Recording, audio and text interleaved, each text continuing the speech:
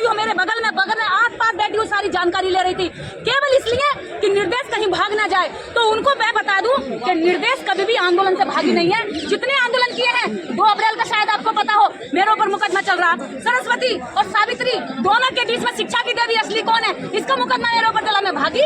मैंने कितने आंदोलन में इस देश के अंदर अकेली लड़की हूँ मैं, जिसपे इतनी गालियां पड़ती है, दिन में 1000 गालियां होती है। और ऐसे गाली तो मोदी जी खाते हैं, गाली की बात अलग है। मोदी मेरी बात सुनिए, अगर आपके पास अगर आपको ऐसी गाली लग जाना भाई साहब, तो आप आत्महत्या कर लोगे, उनकी बेटियां आत्महत्या कर लेंगी। लेकिन निर्देश का दम देखिए, इतनी गाली खाने के बाद भी इतने मुकदमे मेरे ऊपर 10-12 मुकदमे चल रहे हैं। किस लिए?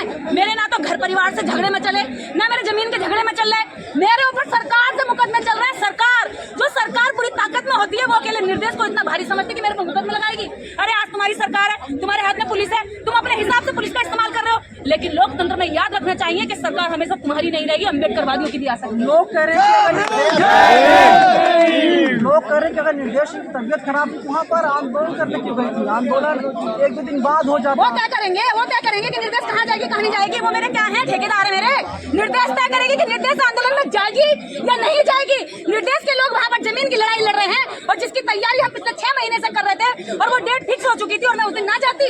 मेरे डॉक्टर ने परमिशन नहीं दी थी, उन्होंने कहा था आपकी हालत खराब हो सकती है। लेकिन आपकी तबीयत खराब थी, प्लेटलेट्स लगातार गिर रहा था, तो आपको नजदीक अस्पताल जाना चाहिए था। नजदीक अस्पताल से ही, नजदीक अस्पताल की ही बात बता रही हूँ। उन्हीं अस्पतालों से जब ऑक्सीजन खत्म हो जाती है, तो उन अस्पतालों में ऑक्सीजन देने वाले डॉक्टर के खिलाफ FIR होती है। डॉक्टर कफील आपको पता होगा, DRD हॉस्पिटल के डॉक्टर कफील, उनके ऊपर मुकदमा हुआ, जेल हुई, तो उन अस्पतालों में मेरी क्या देखभाल होगी? वो अगर मैं तो उनके अस्पताल में चली जाती, तो लगाकर जहर का इंजेक्शन कहे थे तो बीमार थी, मर गई, तो मैं मरने के लिए जाती। निर्देश इतनी बेवकूफ है, निर्देश ने अम्बेडकरवाद को पढ़ा, निर्देश आने वाली समस्याओं को शिकार आप हो गई। नहीं, गलतफहमी का शिकार आप है भाई साहब। गलतफहमी का शिकार वो लोग हैं जो ये सोचते हैं निर्देश भागती है।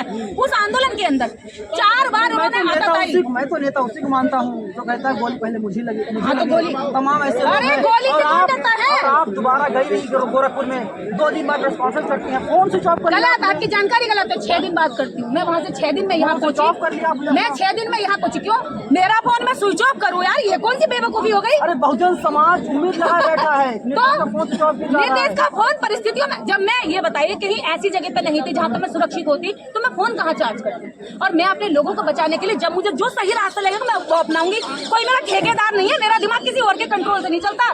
मेरे दिमाग का रिमोट कंट्रोल मेरे दुश्मनों के हाथ में नहीं, जो दबाएगा बटन और मैं चलूंगी। मैं अपनी बुद्धि से, अपने विवेक से, अपनी सूझबूझ से, अपने समाज के हित में समय पे फैसले लेती हूँ, और वो मैं लेती रहूंगी।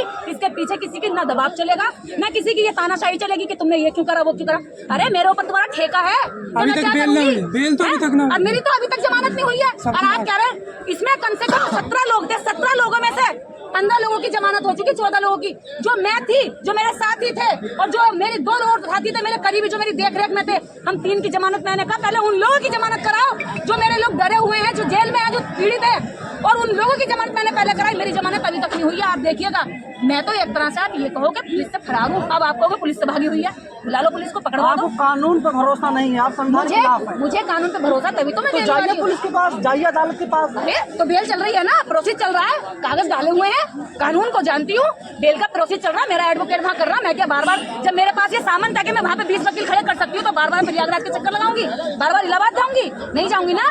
वो जाएगा जिसके पैरों में, जिसके विचारों में दम ना, मेरे विचारों में दम है कि मेरे लिए वहाँ 10 वकील खड़े हुए हैं, जा रहे हो हेयरिंग पर। लेकिन उन बेचारों क्या गलती थी कि आपके नेतृत्व में आंदोलन किया गया, और जो तमाम बेचारे पत्रकार थे छोटे छोटे, उन लोगों को गिरफ्तार कर लिया आपने एक बार भी? कोई छोटा पत्रकार नहीं था। आप बेकार की बातें कर रहे हैं। आपको ये नहीं पता है कि निर्देश को जा रहे हैं, कि निर्देश ने हाल नहीं जाना। मेरे फेसबुक खंगा ली उस वक्त की, मेरी फेसबुक खंगा ली है। अरे भैया फोन बनता 6 दिन के बाद मेरी पोस्ट आई होगी, जब मेरे हाथ में फोन आया है, आपको पता नहीं है। 6 दिन के बाद जैसी मैं वहाँ से रिहा हुई, जैसी मैं वहाँ से आई, मैंने तुरंत सारी एक्टिविटी करी। आप लोगों को फोन किया, दलित दस्तक को फोन किया, जितने इस देश के अंदर चैनल हैं सबको मैंने पर्सनली फोन किया। जरूरी है आप नेशनल दस्तक के कोई वो है क्या? मुखिया है, मैं आपको करूंगी, मैं मुखिया को करूंगी ना। अरे मैं जब मुखिया को बात कर सकती हूँ तो आप कैसे करके मुझे नहीं करा? अब नेशनल दस्तक में कम से कम 20 कार्यकर्ता है, तो मैं 20 को अलग अलग करूंगी या उसके मुखिया करूंगी? जब मेरे मुखिया से डायरेक्ट बात होती है तो उन्होंने चलाई भी वीडियो। उसके पहले फिर मैंने वहाँ को फोन किया लखनऊ में, क्या कहते हैं, नेशनल जनमत के नीरज पटेल जी को, और नीरज पटेल जी को जब फोन किया तो नीरज पटेल जी ने वीडियो चलाया। और इस देश के अंदर मैंने बार बार आके कहा कि जो जेल में लोग बंद हैं वो उन्हें अपनी बेटा बेटी की तरह, तुम्हारे अगर होते जेल में तो तुम क्या करते। फेसबुक पोस्ट पढ़िए, वहाँ मैंने हर चीज लिखी। और मैं इतनी दुखी थी, इतनी हाथी वहाँ से आके एडमिट हुई हूँ। मैं लखनऊ में एडमिट रही हूँ, मुझे भीम आर्मी के लोगों ने वहाँ लखनऊ में एडमिट कराया है कि दीदी तुम अगर यहाँ से इतना इधर उधर हुई तो तुम्हारी तबीयत बिल्कुल खराब हो जाएगी। एक दिन मैं बेहोश हो गई, मुझे उठा कर लेकर गए। पता है किस किस तरह से मैं पहुंची। मेरी तो हालत इस गंभीर में थी कि मैं ये भी नहीं समझती थी कि मुझे लेके कौन जा रहा, मुझे कहाँ लेके जा रहा। जब मेरी आंखें खुली थी मैं हॉस्पिटल में थी, और मैं वो सबसे पहले आँख खोलते मैंने ये पूछा कि मेरे लोग कहाँ हैं, और ये जानकारी भी नहीं थी। 4-5 लोग चलते हैं, पूरी टीम चलती है। हाँ तो 4-5 लोग थे, उनमें से वो भी चले गए ना। ऐसा हुआ कि जिस गाड़ी में मैं जा रही थी बीमार थी, तो मुझे उन्होंने 12 बजे के करीब वहाँ से गाड़ी में बिठा के बोला कि दीदी को आप दवाई दिलवाओ और वहाँ डॉक्टर इंतजार कर रहा है, इनको लेके जाओ। और जब मैं वहाँ जा रही थी तो मेरे पीछे पुलिस की गाड़ी थी और मुझे होश नहीं था। उन्होंने कहा कि ऐसा है, गाड़ी को दूसरी डायरेक्शन में मोड़ो, डॉक्टर को वहाँ बुलाओ, दीदी को वहाँ नहीं लेकर जा रहे। दूसरी जगह डॉक्टर ने मुझे दवाई दी तो पुलिस वहाँ भी पहुँच गई। वहाँ से लोग उठा के देखे। 3 दिन तक तो मुझे ये भी नहीं समझ में आ रहा था कि मैं कहाँ हूँ, मेरी इतनी हालत खराब थी। डेंगू में मेरे पैरों में अभी भी दर्द होता है। डेंगू में जब मैं वहाँ जा सकती हूँ तो मैं वहाँ से भागूंगी क्यों? और निर्देश ने भागना नहीं सीखा है। निर्देश अम्बेडकर की बेटी है, निर्देश बेरियार की बेटी है, परिस्थिति से लड़ना जानती है। मेरे ऊपर चाहे जितने आप आरोप लगाएं, ये मैं जानती हूँ ये आरोप आपके नहीं है, इस समाज में घूम रहे होंगे कहीं ना कहीं, वो शायद आपने मेरे सामने रख दिया, अच्छी बात है। लेकिन हर आरोप का एक स्पष्टीकरण होता है, पर ऐसा नहीं है कि फिजूल खर्ची के लिए मैं एनर्जी खर्च करूँ। जो मुझे करना है, जो सही है वो मैं करूँगी, वो चाहे कितनी भी चुनौती भरा हो, कितनी भी मुश्किल भरा हो, उसके लिए मुझे किसी सबूत की, तथ्य की जरूरत है। चलिए, सबूत जरूरत नहीं है, लेकिन हमने किताबों में पढ़ा, हम यही जानते हैं कि नेता वही होता है जो